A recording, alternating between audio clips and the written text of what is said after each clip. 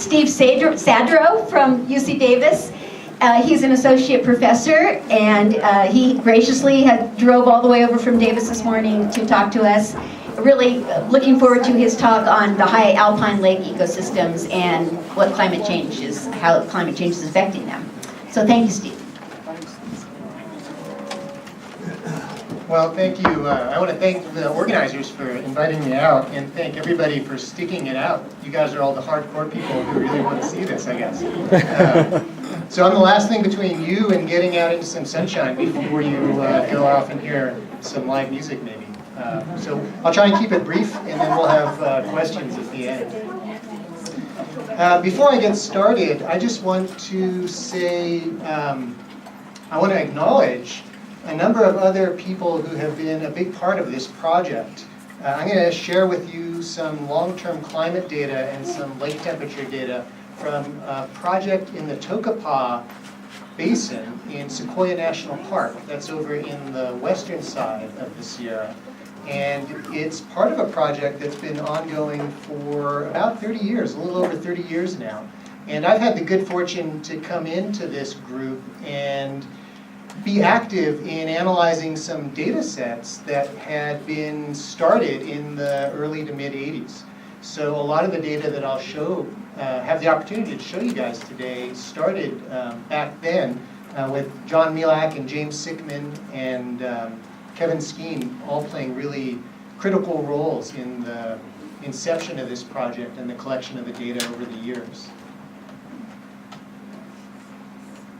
And then I guess I also want to thank Ellery for doing such a great job of setting up my talk. It seems like she set up everyone's talk really well. And having just finished giving final exams 2 days ago, let me just say, the Macaulay girls, you guys do better than most of the undergraduates in my classes.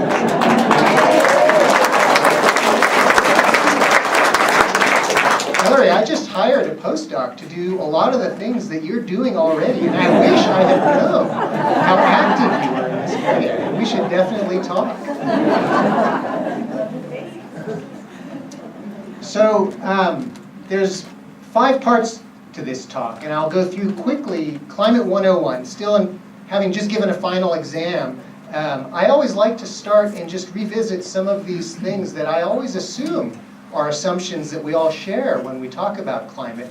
But the more I hear some misunderstandings among people, the more I realize maybe there's a little bit of wisdom in touching on some of these issues repeatedly. And hopefully I think you guys are a savvy enough crowd in thinking about climate that this will be a review for you.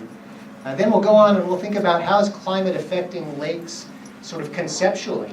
And then we'll dig into some real data looking at how climate has been changing in the Tokapa Basin. And this is, we think often about climate change, and we often talk about warming rates in California, we talk about warming rates in regional levels or global levels, but the actual number of on-the-ground measurements that we have, especially at small spatial scales, like at within one basin, within one catchment.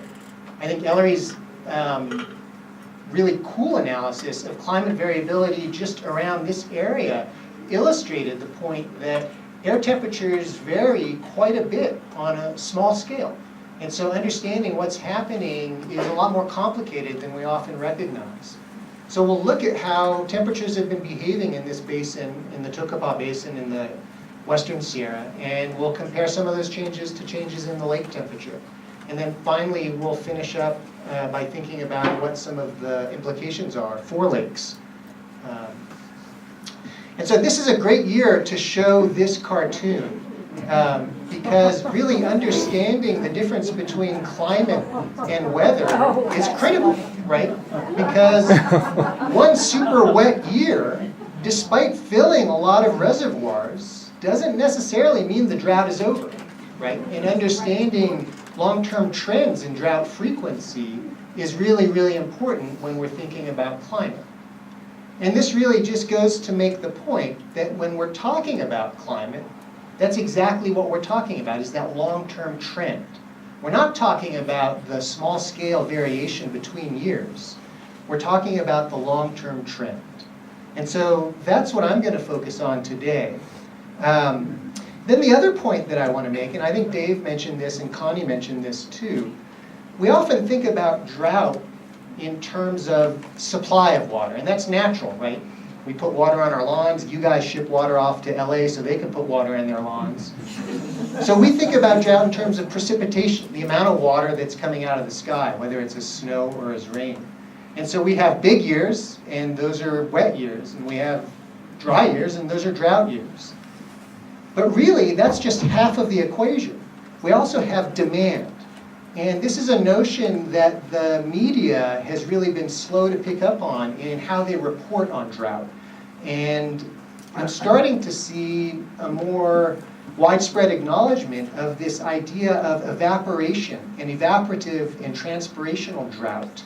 And what that means is, as the climate warms, despite a set amount of precipitation arriving, demand goes up. And so that set amount of precipitation that arrives is no longer sufficient because it's being evaporated off at a higher rate. And so these higher rates of evaporation create a condition of drought, even though the amount of water being supplied may not change.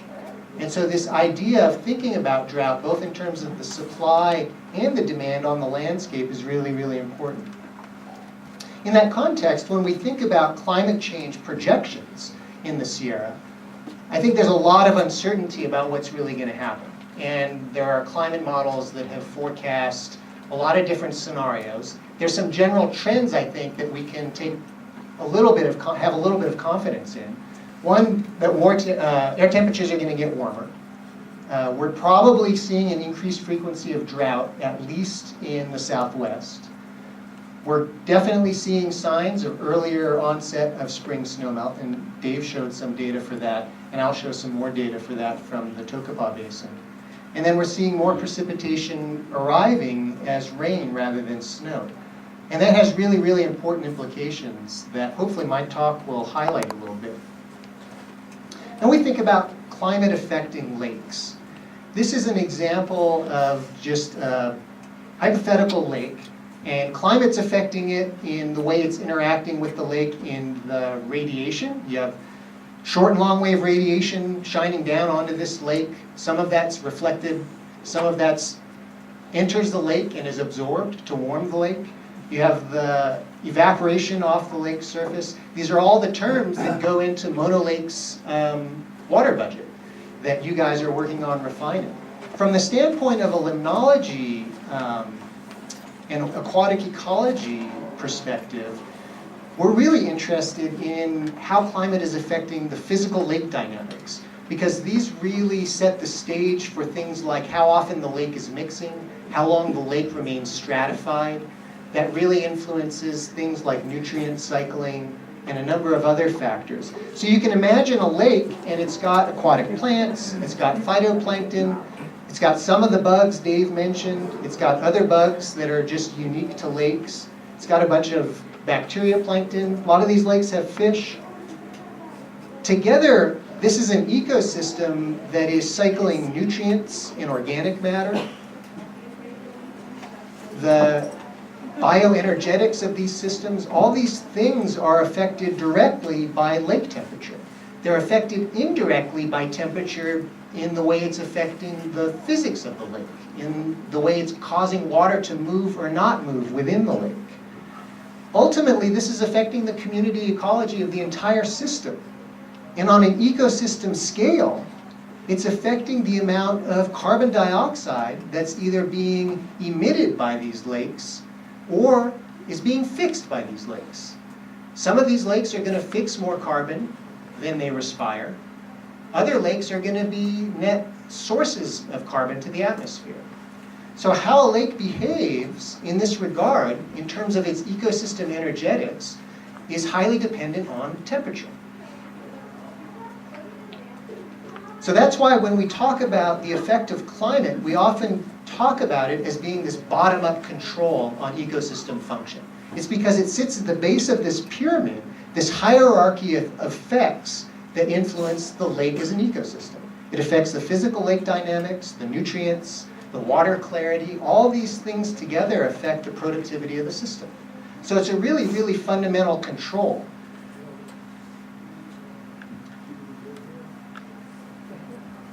So when we think about climate change and lake temperatures, this has been a really rapid area of research in the last 10 to 12 years. There's been a lot of synthetic papers being written about how lakes are responding to climate. This notion of lakes as sentinels is really popular right now because lakes integrate both biochemical processes in the landscape but also climate effects. And so a recent analysis done by Catherine O'Reilly and a number of others looked at a globally distributed set of lakes. And just like, Ellery, they should have seen Ellery's talk.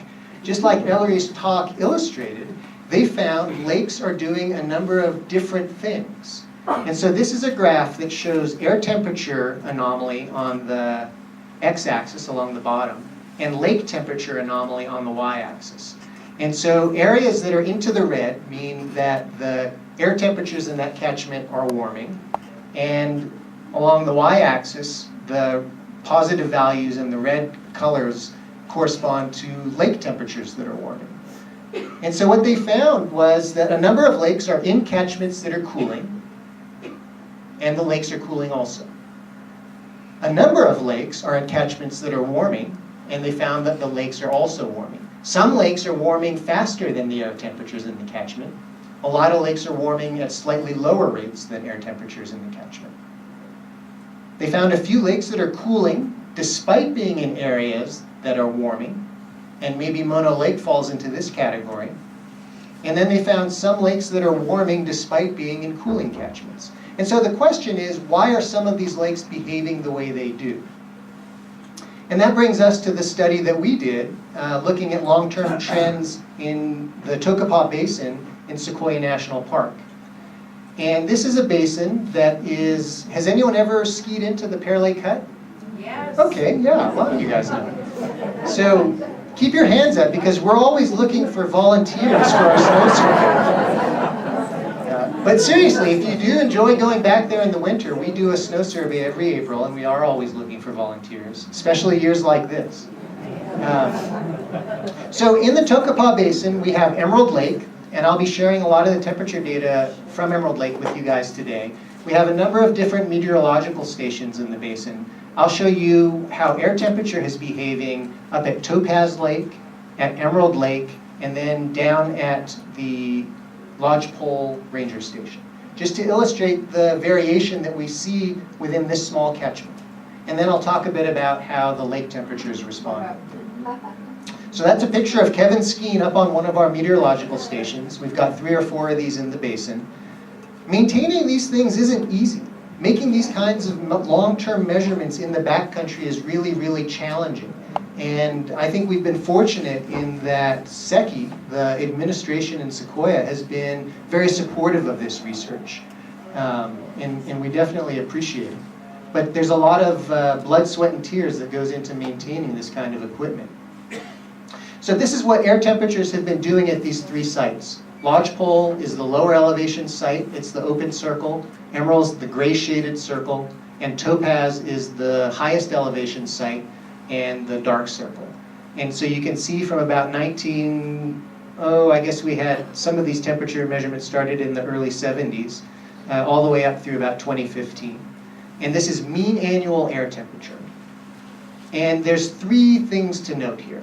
First, we see significant warming trends in all 3 of these sites.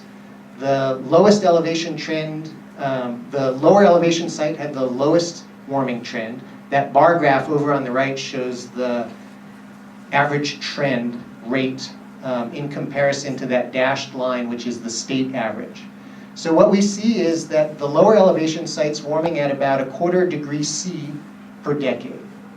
The higher elevation sites are warming almost 4 times at that rate. All of these sites are warming higher than the average rate in California. These 2 high elevation sites are warming at what really amounts to among the highest rates of warming you see anywhere globally, including the Arctic. These are very, very high warming rates. There's some interesting patterns here. It looks like the rate of warming at Emerald Lake may actually be starting to slow. That might be related to snow and changing dynamics with how long snow sits on the landscape in recent years. We're still trying to tease out some of those details. But the take-home message here is these sites are all warming at a very high rate, and that the rate of warming among the catchment, within the catchment at different locations, can vary substantially. If we start to look at the rate of warming on a seasonal basis, we see some really interesting patterns. And if you've been backpacking in the summertime, maybe you've noticed some of these things yourself over the last 30 years. We found the highest rate of warming to occur during the summer, about 1.5 degrees per decade over the last 30 years in this basin. That's really, really high rate of warming. Autumn rates of warming were the second highest, and they were about the same as statewide averages, or actually, sorry, annual averages. So that black dashed line corresponds to the average annual rate of warming in the basin. And then we see some warming in the wintertime as well. And springtime, we see a trend, an increasing trend in temperatures, but it's not a significant trend. And there's just a lot of variability in springtime air temperatures. When we look a little closer at this, like Dave mentioned, we see a really strong pattern of higher rates of warming at night. And this is a pattern that is really, really important for lakes, especially as it pertains to the autumn. And I'll talk about that a little bit more at the end. So what do these warming rates mean for water temperatures in lakes? To look at this, we've done a number of things. We measure water temperature in Emerald Lake. This is a picture of Emerald Lake looking up towards the Cirque part of the catchment. We go out on the lake periodically on a boat, or we drill holes in the ice and we lower instruments through the water column and measure temperature. Or we deploy instruments in the lake. For the last 10 years, we've had temperature sensors deployed at about 0.5 meter or 1 meter interval throughout the water column all year long, even under the ice. And so this gives us a continuous record of temperature. And then we also measure temperature in the outlet. And that gives us a continuous record of temperature too. And so the water temperature data that I'm showing here are average annual water temperatures measured at the outlet. And I'm using the outlet temperatures because it gives us the most continuous record. And we have a lot of data that shows that the outlet temperature matches really well the integrated water column temperature for the lake. So it's a very good proxy for what's going on in the lake. And what we see here, I mean, if you squint at that and maybe tilt your head a little bit, you might see a pattern, but it sure looks like there's no trend. So we see this very, very strong warming trend in the air temperature, but what appears to be no trend in water temperatures through time. So what's that mean? Well, it means we're missing something. And all you have to do is go back and look up at the mountains and you'll see what we're missing. It's the elephant in the room for the Sierra, right? Snowpack. Snowpack drives so much of Sierra ecology. We have to think about it when we're thinking about climate effects. So the question is, how is snowpack affecting lake temperature? To look at that, we started analyzing about 22 years of lake temperature data, including what has turned out to be this really highly variable decade where we've seen not only some of the driest years on record, but some of the wettest years on record. This has given us a very nice template to try and examine the effects of variation in snowfall on lake temperature. So how do we quantify snowfall? This is the terrible task of having to ski up to the Pear Lake Hut every winter and spend about 5 days surveying the basin. I say that half jokingly. Half of us on that snow survey are really secretly hoping for a drought year. Because in order to measure the snowpack water content, we have to dig a hole to the bottom of the snowpack and measure snow density throughout the entire snowpack. And in a year when you have 10 meters of snow, that's a lot of digging. So unless you're one of the suckers on this, I mean one of the great volunteers on the snow pit crew, it can be quite a chore. So we dig snow pits, we sample snow at 10 centimeter intervals throughout the depth of the snow pit. We weigh it and we can tell the density of the snow. So that gives us the density of the snowpack. And then a few lucky people get to ski around the basin while other people have angle chains on in their snow pit digging. And they carry a long pole and poke it through the snowpack until they reach the ground. And we make a bunch of measurements of the depth of the snow. And so we have the depth of the snowpack, and we have its distribution throughout the basin, and we know the density of the snow. That tells us how much water's in the snowpack. So we call that SWE, snow water equivalent. So this is a graph that shows the anomaly in SWE, and that's the variation in SWE from the long-term mean. So years where you have the bars above the central line, those are years with above average snowpack, snow water content, and then years below the line are years with below average snowpack.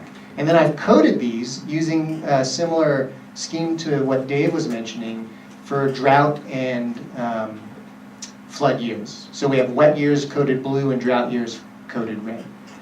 And what you can see here is, maybe there's a change in the frequency of drought. It seems like drought years might be getting more frequent, at least over in this part of the basin. It's not a very strong statistical relationship at this point. And that's because we have such high interannual variability in snowfall in the Sierra to begin with. So when we think about water temperature, all of a sudden in the context of snow, instead of time, then we start seeing a really interesting pattern.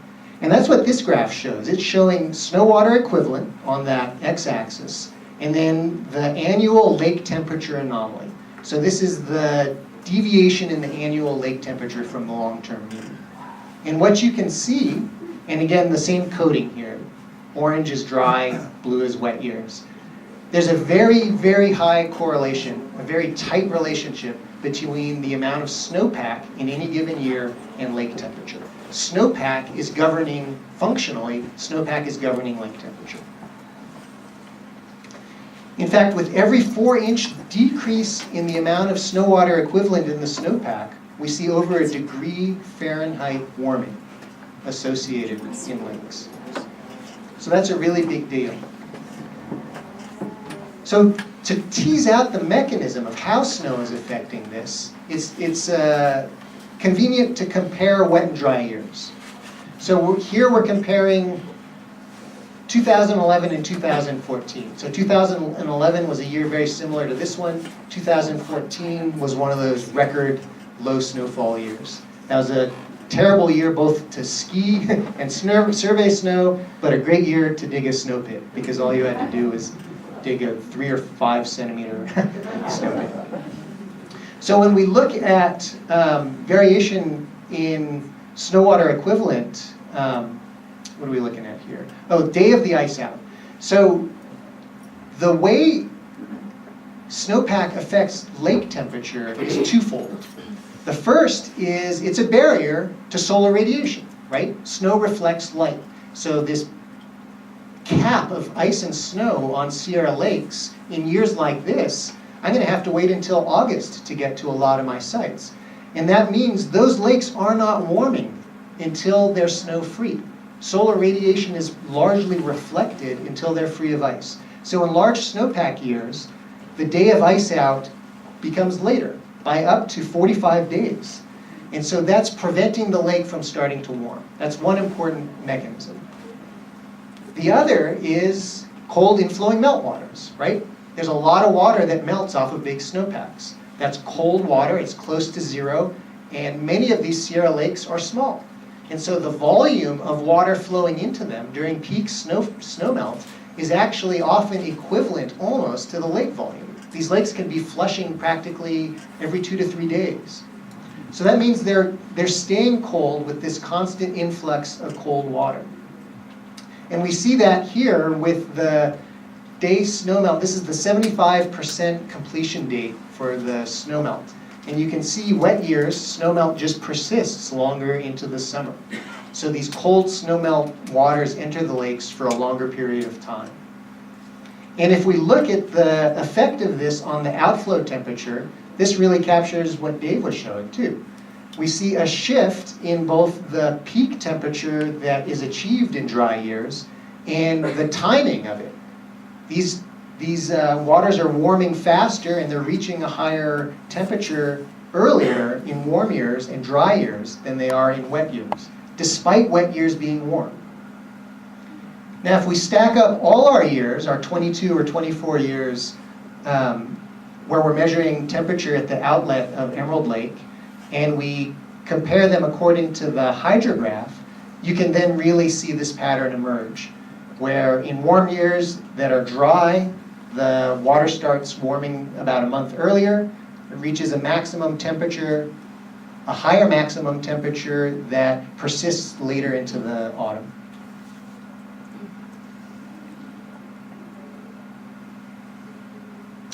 And then finally, what this translates into is higher rates of warming.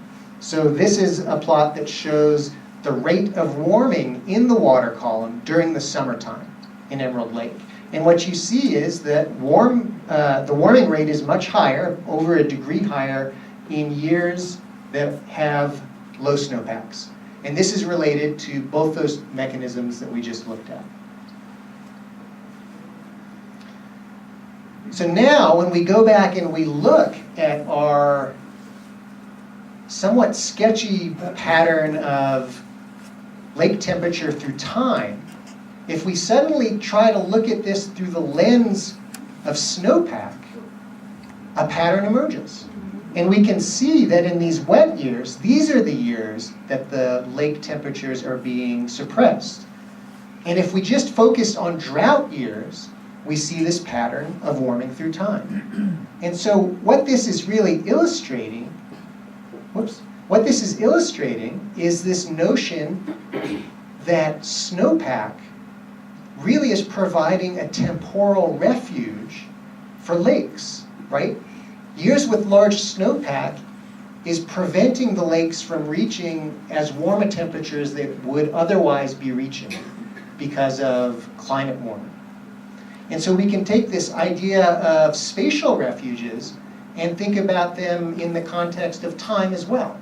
Because in a scenario where the Sierra are going to continue warming, but drought frequency might become more frequent, but we still will occasionally get wet years. Those wet years, for some organisms, maybe not all, those wet years might provide a refuge, sort of an island of cold temperatures that might allow some organisms to persist. So we think about the implications of this for lakes, and a few things really come out. One is this idea that Sierra lakes are going to get greener. Warmer temperatures, changing in the timing and magnitude of nutrient delivery. With a switch towards more rain, we're probably going to get more nutrient inputs into these lakes. That's going to cause them to eutrophy. Hard to say how big a deal that will be. We're, along with, like Connie, we're doing studies where we use space for time substitutions to try and study low elevation lakes and see the extent to which high elevation lakes might be on a trajectory to resemble them. Dave pointed out the importance of oxygen. That's true in lakes too. So with warmer water temperatures, you get increased frequencies of hypoxia or anoxia, where oxygen might become really limiting for organisms. Changes in the physical lake dynamics will have really important implications for nutrient recycling rates within the lakes. And then ultimately, warming of these lakes is going to change the extent to which they become sources or sinks for CO2. Now, Sierra lakes aren't cycling a lot of CO2, and most Sierra lakes are probably pretty carbon neutral. But we probably will see a shift towards increased heterotrophy. That means these lakes will probably begin emitting more carbon than they fix on an annual basis. And then finally, in addition to just generally increased productivity, we're seeing an increase in these epiphytic periphyton alga blooms, these filamentous green algae blooms. And this is something that might be actually becoming widespread in the Rockies, and we're seeing evidence of it increasingly in the Sierra. And so these are all things that we're trying to get a handle on in relation to climate change. So to just quickly summarize, what we're seeing here is really rapidly warming air temperatures, a high degree of variability in those rates of warming at the sub-basin scale. We're seeing a really, really important role for drought and the amount of snowpack that falls in any given year for affecting lake temperature. And we've seen the mechanisms why snow is so important in regulating temperature. The way it covers the lake and reflects radiation, and the way snowmelt and those cold inflowing meltwaters help to suppress lake temperatures. And then finally, we're working on trying to predict, just using snowfall and a little bit of information about lakes, what their maximum summertime temperatures will be. And that might be a really, really important tool for managers. That relationship that we saw at Emerald Lake is very, very strong. We can account for almost 98% of the variation in temperature just by measuring the snowpack. That means in April 1st, when the state issues its estimates for snowpack, on an individual lake basis, we can start to predict how warm those lakes might get that summer with a pretty high degree of confidence.